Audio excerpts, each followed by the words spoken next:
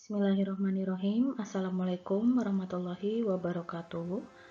Pada pertemuan kali ini kita masuk ke materi awal dari analisa laporan keuangan ya.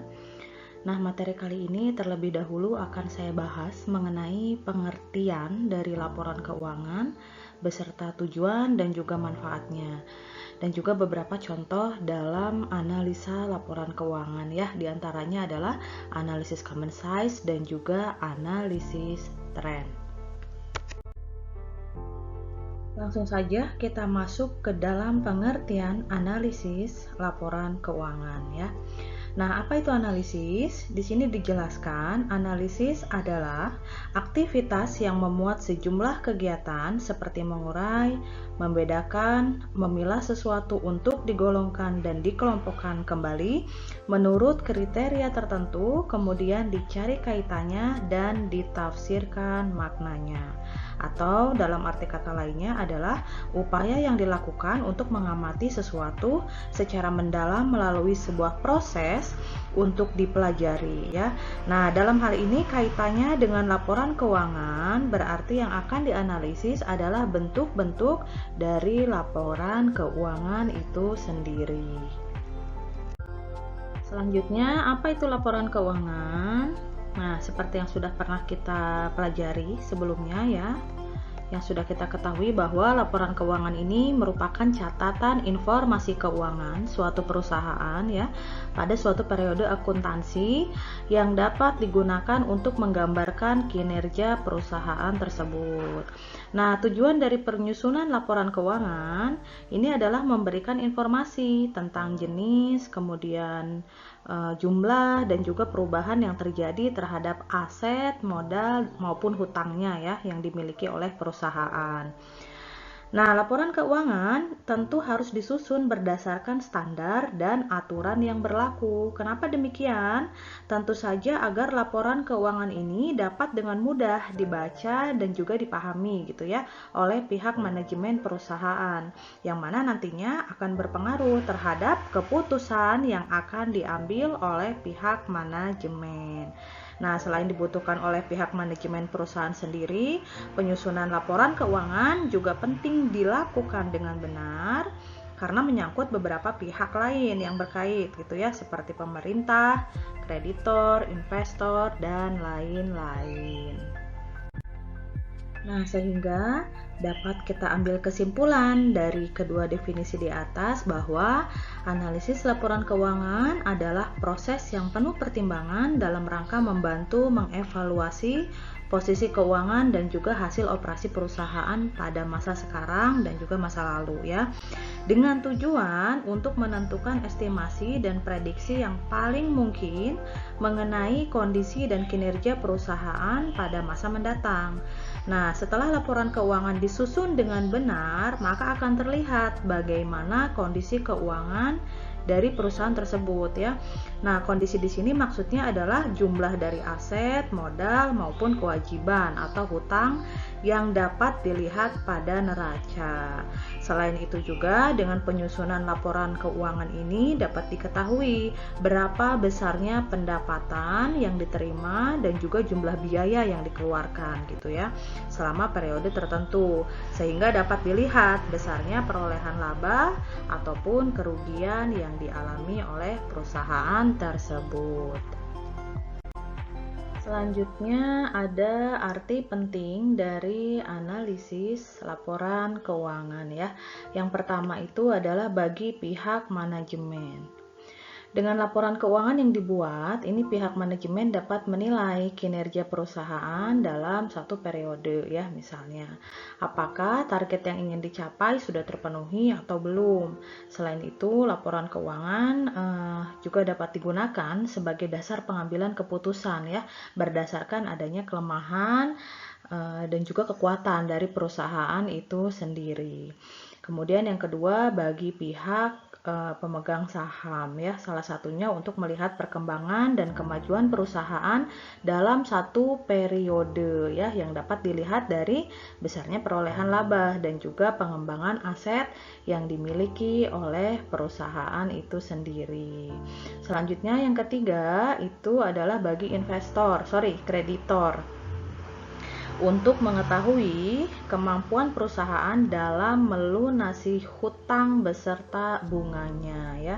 Nah, kepentingannya bagi pihak kreditor adalah pihak kreditor seperti bank gitu ya misalnya, ataupun lembaga keuangan lainnya, adalah berkaitan dengan pinjaman, sehingga kehati-hatian dalam pemberian kredit ini tentu saja sangat diperlukan ya, agar usaha yang dibiayainya ini tidak mengalami kemacetan saat membayar ataupun melunasi kewajibannya ya, atau hutangnya.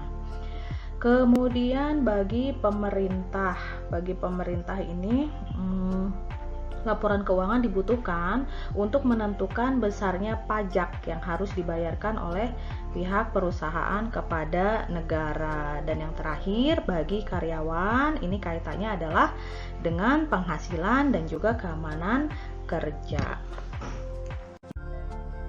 Selanjutnya ada macam-macam atau bentuk-bentuk dari laporan keuangan ya.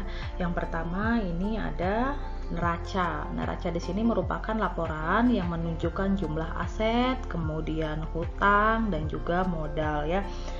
Nah, dalam neraca di sini disajikan berbagai informasi yang dibutuhkan oleh perusahaan, seperti misalnya jenis-jenis aset, kemudian juga jumlah rupiah dari masing-masing aset tersebut.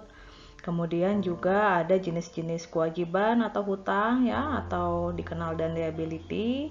Kemudian jumlah rupiah dari masing-masing hutang tersebut. Kemudian juga ada jenis-jenis modal atau equity ya, dan juga jumlah rupiah dari masing-masing jenis modal tersebut. Selanjutnya yang kedua ada laba rugi. Laba rugi ini menunjukkan kondisi usaha dalam satu periode tertentu.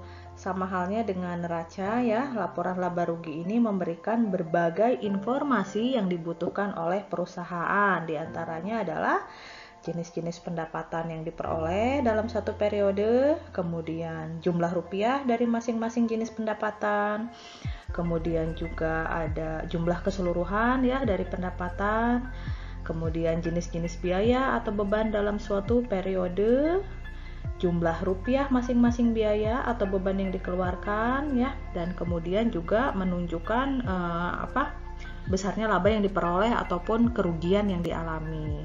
Dan yang terakhir ada arus kas ya, yang terdiri dari adanya laporan pendukung, kemudian laba ditahan ya, dan juga perubahan modal. Lalu apa saja komponen dari laporan keuangan yang sudah dijelaskan di slide sebelumnya tadi ya. Di sini yang pertama ada komponen neraca. Yang pertama ada aset lancar atau current asset ya. Aset lancar ini adalah aset yang mudah habis atau penggunaannya hanya dalam jangka waktu yang singkat, biasanya tidak lebih dari 1 tahun ya. Ada apa saja? Yang pertama yaitu kas, perlengkapan, piutang, rekening bank, deposito berjangka, surat berharga, persediaan, dan lain-lain ya. Kemudian yang kedua ini ada aset tetap. Aset tetap ini adalah aset yang tidak mudah habis atau jangka penggunaan waktunya ini lama ya, lebih dari 1 tahun. Contohnya adalah tanah, mesin, bangunan, peralatan, kendaraan, dan juga akumulasi penyusutan. Ini untuk aset tetap yang berwujud ya. Sedangkan untuk aset tetap yang tidak berwujud ada hak cipta, merek dagang, lisensi, dan juga goodwill. Selanjutnya ada aset lainnya seperti gedung dalam proses, tanah dalam penyelesaian, uang muka investasi, uang jaminan, piutang jangka panjang, dan lain-lain. Selanjutnya ada komponen dari hutang dan modal ya. Nah, yang pertama ini ada hutang lancar. Hutang lancar ini adalah hutang yang waktu atau temponya ini pendek ya, biasanya kurang dari 1 tahun. Contohnya adalah hutang dagang, hutang wesel, hutang bank, hutang pajak, hutang dividen, hutang sewa guna usaha, dan juga hutang gaji. Kemudian yang kedua ada hutang jangka panjang. Hutang jangka panjang ini adalah hutang yang jatuh temponya lebih dari 1 tahun ya. Misalnya adalah hutang hipotek, hutang obligasi, hutang bank jangka panjang, dan lain-lain. Selanjutnya ada ekuitas atau modal. Ekuitas atau modal sendiri di sini berupa modal saham, ambio saham, laba ditahan, cadangan laba, dan modal sumbangan. Selanjutnya kita masuk ke jenis-jenis dari analisis laporan keuangan. Di sini ada 2 jenis laporan keuangan, yaitu analisis common size dan analisis trend. Yang pertama analisis common size, yaitu untuk membuat perbandingan elemen-elemen atau pos-pos ya pada tiap laporan keuangan seperti neraca maupun laba rugi dengan common base-nya. Kemudian yang kedua yaitu analisis trend, memilih tahun dasar sebagai common base-nya, di mana elemen-elemen laporan keuangan pada periode lain dibandingkan dengan elemen-elemen laporan keuangan yang sama dengan tahun dasar tersebut. Untuk lebih jelasnya akan saya bahas di slide berikutnya. Oke, yang pertama adalah analisis common size. Analisis common size ini adalah teknik analisis yang dilakukan dengan cara membuat perbandingan antara suatu elemen laporan keuangan tertentu sebagai komponen dari elemen yang lain pada laporan keuangan yang sama. Jadi, pada analisis ini, tiap-tiap pos atau elemen pada laporan keuangan dibandingkan dengan common base-nya. Misalnya pada neraca, untuk mengetahui berapa besarnya persentase aset ya yang diinvestasikan pada piutang gitu ya misalnya. Nah, berarti piutang dibagi dengan total aset, atau misalnya untuk mengetahui berapa besarnya persentase aset yang diinvestasikan ke dalam perlengkapan, kita bisa membandingkan berapa jumlah perlengkapan ya dengan total asetnya. Nah, pada analisis ini kita tidak bisa mengetahui dari periode ke periodenya, maksudnya tidak bisa mengetahui perkembangan aset dari periode ke periode, karena yang kita analisis di sini adalah elemen-elemen yang ada pada laporan keuangan di tahun yang sama. Nah, apa tujuan dari analisis common size? Yang pertama itu adalah untuk mengetahui persentase investasi terhadap masing-masing aktiva atau pasiva ya. Jadi misalnya dari total aset yang dimiliki oleh perusahaan, berapa sih besarnya masing-masing persentase dari tiap-tiap pos-pos atau elemen-elemen yang ada.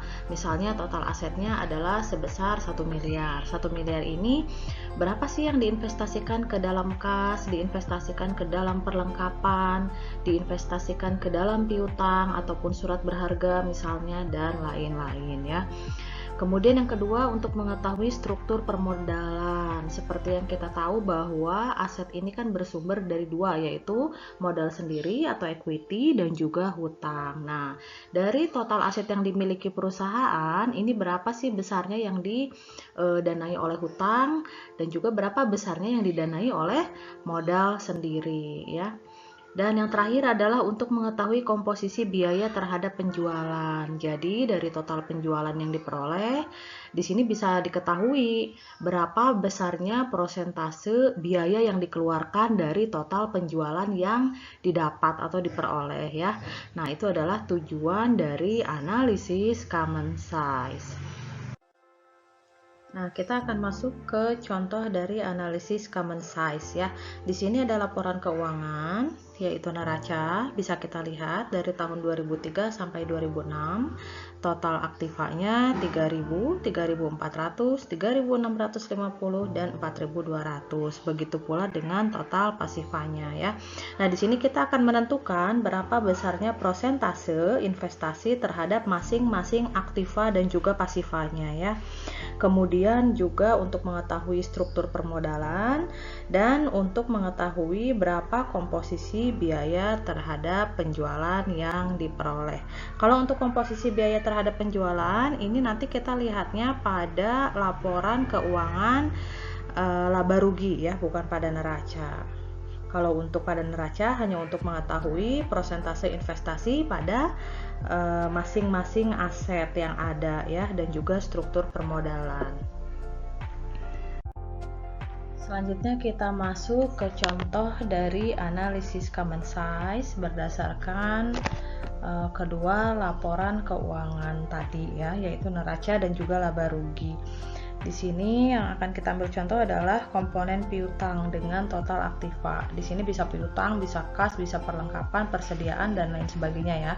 Di sini yang kita ambil contohnya adalah piutang. Jadi untuk menentukan berapa besarnya persentase yang diinvestasikan ke dalam piutang dari total aktiva yang ada ya. Di sini analisisnya untuk tahun 2003 yaitu piutang dibagi dengan total aktiva dikali 100%. Tadi di neraca besarnya piutang adalah 540 dan besarnya total aktiva adalah 3000 ya, dikali dengan 100%. Maka diperoleh besarnya piutang adalah sebesar 18%. Di sini artinya adalah dari total keseluruhan aktiva yang ada, 18%-nya ini diinvestasikan ke dalam piutang. Nah, itu untuk tahun 2003. Selanjutnya untuk tahun 2004, di sini kita masih dengan komponen yang sama ya, atau elemen yang sama, yaitu piutang. Piutang tahun 2004 dibagi dengan total aktiva tahun 2004, yaitu 680 dibagi dengan 3.400 dikali 100%. Diperoleh besarnya piutang di tahun 2004 adalah sebesar 20% ya, dari total aktiva yang ada di tahun 2004. Selanjutnya antara komponen hutang jangka pendek dengan total pasiva, di mana pasiva ini kan adalah hutang ditambah dengan equity atau modal sendiri ya. Sedangkan hutang ini kan ada beberapa jenisnya gitu ya. Di sini yang saya ambil contoh adalah hutang jangka pendek. Jadi untuk mengetahui berapa besarnya persentase dari hutang jangka pendeknya ya, dari keseluruhan total pasiva yang ada. Nah, kita analisis untuk tahun 2003 di mana hutang jangka pendek dibagi dengan total pasiva dikali 100%. Di sini hutang jangka pendeknya untuk tahun 2003 adalah sebesar 500 dengan total pasiva sebesar 3000 ya, dikali dengan 100% diperoleh senilai 17%. Jadi di sini maksudnya adalah hutang jangka pendek untuk tahun 2003 berjumlah 17% dari total pasiva yang ada, atau dengan kata lain setiap Rp1 aktiva dibiayai hutang jangka pendek sebesar Rp0,17, karena seperti yang kita tahu bahwa aset ini bersumber dari dua, yaitu hutang ditambah dengan equity atau modal sendiri ya. Jadi dari seluruh total aset yang dimiliki oleh perusahaan, ini 17%-nya didanai oleh hutang jangka pendek.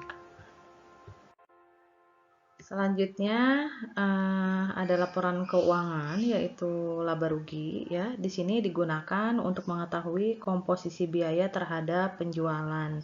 Jadi di sini untuk mengetahui berapa besarnya persentase biaya yang dikeluarkan oleh perusahaan gitu ya dari total penjualan yang diperoleh. Nah, di sini total laba kotornya pada tahun 2003 sampai 2006 yaitu ada 1.400, 1.500, 1.600 dan 1.800. Dengan total laba bersih operasi pada tahun 2003 adalah 440, tahun 2004 700, 2005 780 dan 2006 950. Ini untuk memudahkan saja dalam menghitung, jadi angkanya kita sederhanakan ya. Oke, akan kita coba analisis antara komponen harga pokok penjualan ya dengan total penjualan bersih. Jadi di sini kita akan mencari tahu berapa besarnya persentase harga pokok penjualan yang terkandung dalam total penjualan bersihnya ya. Nah, kita coba analisis untuk tahun 2003, di mana harga pokok penjualannya itu adalah sebesar 1.200 dan penjualan bersihnya adalah sebesar 2.600. Maka untuk dapat mengetahui berapa besarnya persentase harga pokok penjualan dari total penjualan bersih, di sini bisa kita hitung dengan cara harga pokok penjualan dibagi dengan penjualan bersih dikali 100%. Maka diperoleh 1.200 dibagi dengan 2.600 dikali 100% adalah 46%. 46% ini artinya adalah harga pokok penjualan tahun 2003 berjumlah 46% dari jumlah penjualan bersih, atau dengan kata lain setiap Rp1 penjualan bersih terkandung Rp0,46 harga pokok penjualan. Jadi semisal total penjualannya adalah sebesar 2.600.000, maka di dalam 2.600.000 itu total dari harga pokok penjualannya atau HPP-nya adalah sebesar 1.200 ya, atau 46%. Selanjutnya kita masuk ke metode analisis yang kedua, yaitu analisis tren ya. Nah, analisis tren ini merupakan analisis laporan keuangan yang biasanya digunakan dalam presentase tertentu. Metode yang digunakan adalah angka indeks. Dengan menggunakan angka indeks akan dapat diketahui kecenderungan atau tendensi ya, atau tren, atau disebut arah gitu ya, dari posisi keuangan, apakah meningkat, menurun, atau tetap. Nah, analisis ini dilakukan dengan membandingkan laporan keuangan untuk beberapa periode atau dari tahun ke tahun ya. Sehingga hasil analisis ini akan terlihat perkembangan perusahaan dari satu periode ke periode lainnya atau periode selanjutnya. Masih dengan contoh soal yang sama ya, pada laporan keuangan yang sama untuk neraca dan laba rugi di slide sebelumnya, kita akan masuk ke contoh analisis dari analisis tren ya. Nah, di sini analisis tren yang menjadi pembanding adalah tahun dasar atau tahun awal. Jadi kalau di laporan keuangan ada di awalnya itu tahun berapa, nah itulah yang menjadikan tahun dasar atau pembanding ya. Beda halnya dengan analisis common size yang menjadi pembandingnya itu adalah total asetnya atau misalnya total aktifanya atau total pasifanya ya. Atau kalau dalam laba rugi yang menjadi pembanding adalah total penjualan. Nah, sedangkan pada analisis tren ini yang menjadi pembanding adalah tahun. Jadi kalau misalnya kita ingin membandingkan satu elemen atau satu pos dari laporan keuangan, misalnya berapa sih perubahan kas dari tahun 2003 ke 2004 dan tahun-tahun selanjutnya. Nah, ini yang menjadi pembanding adalah elemen kasnya gitu ya di tahun tersebut dibagi dengan tahun dasar atau tahun awal. Nah, sebagai contoh di sini kita akan menganalisis kas untuk tahun 2004 di mana tahun pembandingnya adalah tahun 2003 ya, karena pada laporan keuangan baik di neraca maupun laba rugi tahun yang awal muncul itu adalah tahun 2003 ya. Nah, di sini kita bandingkan kas di tahun 2004 dengan 2003, di mana kas pada tahun 2004 adalah sebesar 140, sedangkan kas pada tahun 2003 adalah sebesar 100 ya. Dikali dengan 100%, maka diperoleh persentasenya adalah 140%. Nah, apa maksudnya 140%? Nah, di sini artinya adalah uang kas yang ada pada tahun 2004 yaitu sebesar 140% dari kas yang ada pada tahun 2003. Kemudian uang kas akhir tahun 2004 naik sebesar 40% ya jika dibandingkan dengan kas akhir tahun 2003, dan uang kas akhir tahun 2004 berjumlah 40% lebih besar dari uang kas akhir tahun 2003.